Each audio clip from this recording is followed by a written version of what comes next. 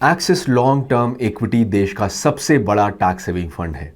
इस फंड के पास asset under management में 30,472 करोड़ रुपए हैं।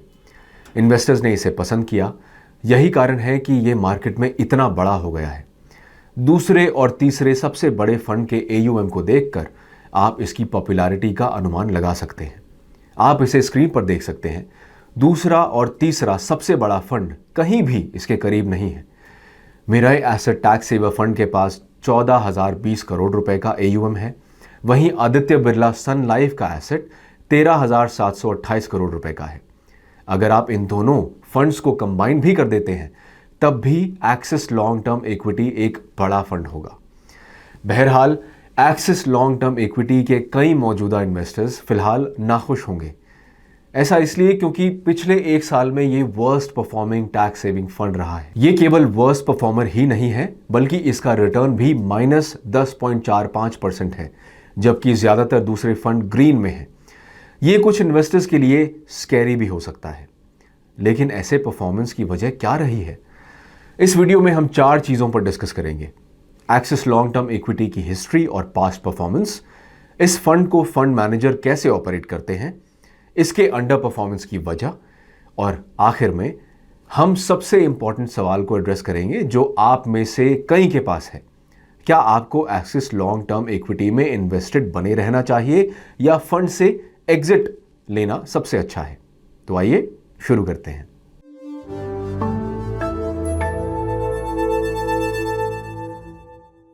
हो सकता है कि इस फंड ने पिछले एक साल में कई इन्वेस्टर्स को डिसअपॉइंट किया हो, लेकिन अगर आप लॉन्ग टर्म रिटर्न को देखें तो एक्सिस लॉन्ग टर्म इक्विटी ने अपने बेंचमार्क को आउट परफॉर्म करना जारी रखा है। अगर आप 7 सालों से फंड के इन्वेस्टर रहे हैं तो एक साल के अंडर परफॉर्मेंस के बावजूद आपके रिटर्न अच्छे ही हो सकते हैं। इसे समझने के लिए कुछ डेटा पर नजर डालते हैं। हमने 3, 5 और 7 सालों के लिए फंड के रोलिंग रिटर्न पर नजर डाली। रोलिंग रिटर्न ये जानने में हेल्प करता है कि किस तरह किसी फंड ने कंसिस्टेंटली परफॉर्म किया है। अगर आप रोलिंग रिटर्न के बारे में और अधिक जानना चाहते हैं तो हमारे पास इस टॉपिक पर एक वीडियो है, इसका लिंक नीचे डिस्क्रिप्शन में दिया गया है। अब एक्सिस लॉन्ग टर्म इक्विटी के रोलिंग रिटर्न पर गौर करें। फंड ने 3 साल के पीरियड में अपने बेंचमार्क को 79% बार आउट परफॉर्म किया है। यह एक प्रभावशाली शॉर्ट टर्म परफॉर्मेंस है। असल में इसका परफॉर्मेंस बेहतर है अगर आप लॉन्ग टर्म होराइजन पर नजर डालें।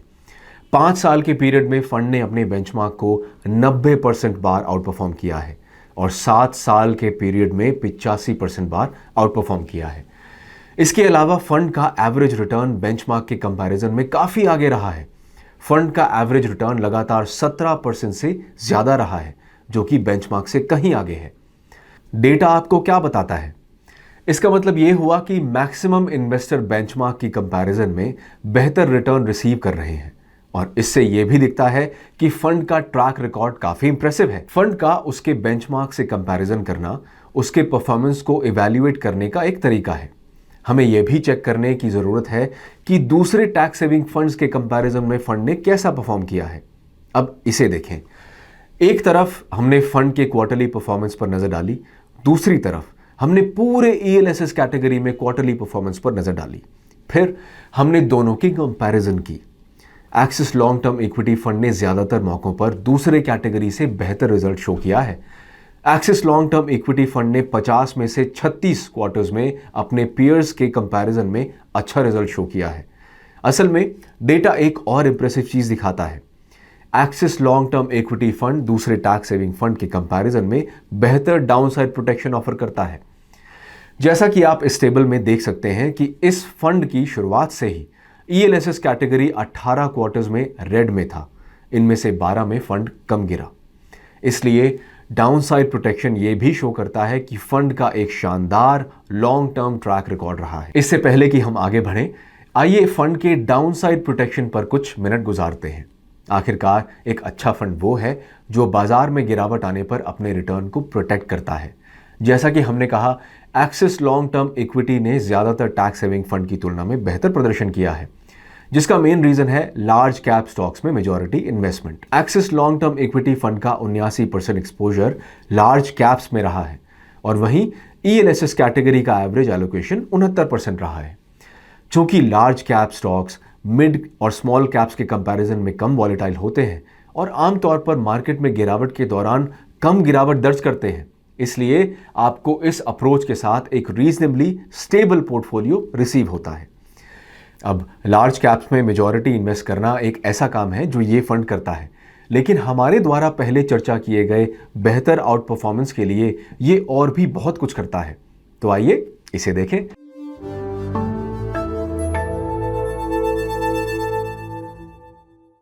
मैक्सिमम डाइवर्सिफाइड इक्विटी फंड का परफॉर्मेंस 3 चीजों से आता है।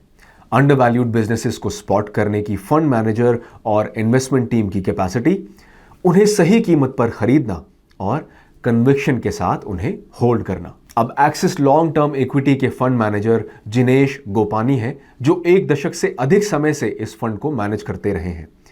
फंड मैनेजर का इतने लंबे समय तक साथ रहना स्कीम को स्टेबिलिटी देता है। गोपानी और उनकी टीम एफिशिएंट स्टॉक पिकर्स हैं।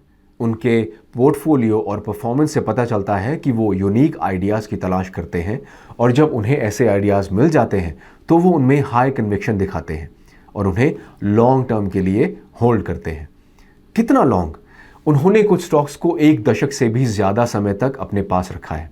एग्जाम्पल के लिए फंड लॉन्च होने के बाद से गोपानी के पास पोर्टफोलियो में HDFC लिमिटेड और HDFC बैंक है। डेटा क्लियरली दिखाता है कि फंड मैनेजर एक बाय एंड होल्ड स्ट्रैटेजी को फॉलो करता है। ये buy and hold strategy fund के टर्नओवर रेशियो में भी रेप्लिकेट होती है। इस फंड का टर्नओवर रेशियो भी काफ़ी कम है और ये फंड टर्नओवर रेशियो के मामले में टॉप 7 में आता है, जबकि इस कैटेगरी का एवरेज टर्नओवर रेशियो 45 है। Axis long term equity fund के लिए ये 17 है। टर्नओवर रेशियो हमें बताता है कि फंड मैनेजर ने पिछले 1 साल में कितनी बाइंग और सेलिंग की है। 100 के टर्नओवर रेशियो का अर्थ है कि फंड मैनेजर ने पूरे पोर्टफोलियो का चर्न यानी मंथन किया है। अब देखते हैं कि पोर्टफोलियो के सबसे पुराने स्टॉक्स ने कैसा प्रदर्शन किया है। जैसा कि आप स्क्रीन पर देख सकते हैं, कुछ स्टॉक्स जैसे कि एस्ट्रल फंड के लिए एक मल्टी बैगर रहे हैं। HDFC बैंक और कोटक महिंद्रा बैंक जैसे दूसरों ने स्टेलर रिटर्न्स दिए हैं। जब ये स्टॉक्स अच्छा परफॉर्म करते हैं तो फंड आउट परफॉर्म करता है। हाल के अंडर परफॉर्मेंस की वजह भी वही है। फंड के पास मौजूद कुछ स्टॉक्स ने हाल ही में अच्छा प्रदर्शन नहीं किया है। फंड के कुछ टॉप होल्डिंग्स ने पिछले 1 साल में अच्छा प्रदर्शन नहीं किया है, जैसा कि इन्फो एज 17.53% नीचे है, एवेन्यू सुपरमार्ट्स 14.21% नीचे है और TCS 1 साल पहले के स्टॉक प्राइस की तुलना में 8.85% नीचे ट्रेड कर रहा है। इसलिए हमने रिटर्न और डाउनसाइड प्रोटेक्शन पर गौर किया। हमने करंट अंडर परफॉर्मेंस पर नजर डाली। अब मुख्य सवाल, यदि आप फंड में एक इन्वेस्टर हैं तो क्या आपको इसे जारी रखना चाहिए?